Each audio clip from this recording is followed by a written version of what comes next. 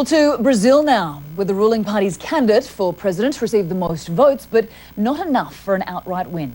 Dilma Rousseff will be facing opposition candidate Jose Serra in a runoff, while Shasta Darlington is in Rio de Janeiro with more on Sunday's elections. And Shasta, was this result expected?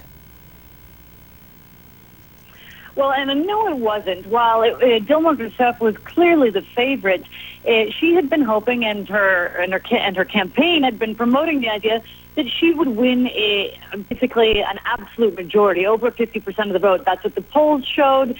That's what the president who supported her had been saying.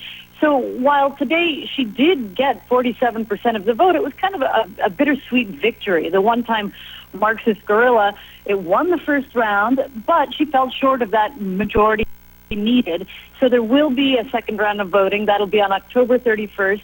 Again, Rousseff is still expected to eventually become Brazil's first female president, but the party is being postponed for a couple of weeks. Again, she's got a lot of support, largely because of the support of President Lula.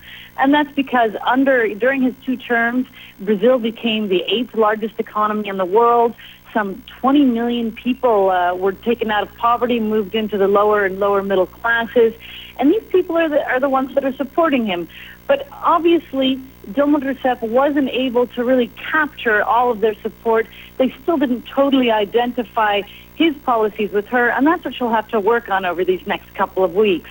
On top of that, analysts have told us that she wasn't able to shrug off some scandals involving corruption that didn't directly implicate her, but that implicated the current government, and that she's going to have to stand up and somehow show that she's not related in any way to those scandals, Anna.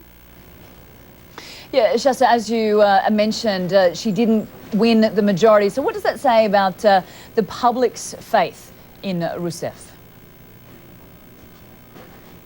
Well, it's hard to interpret because actually the president himself, who's been the most popular president in Brazil's history, who has an 80% approval rating, didn't win either of his elections in a first round either. He went into a runoff election. So on the one hand, it doesn't look very good for her because we had been expecting this first round win. On the other hand, it didn't even happen for the most popular president in the country's history. What is clear is that she needs to somehow identify herself more closely with the policies and with the legacy of President Lula because he has such a big approval rating, Anna. Shasta Darlington in Rio de Janeiro, we appreciate the analysis. Thank you for that.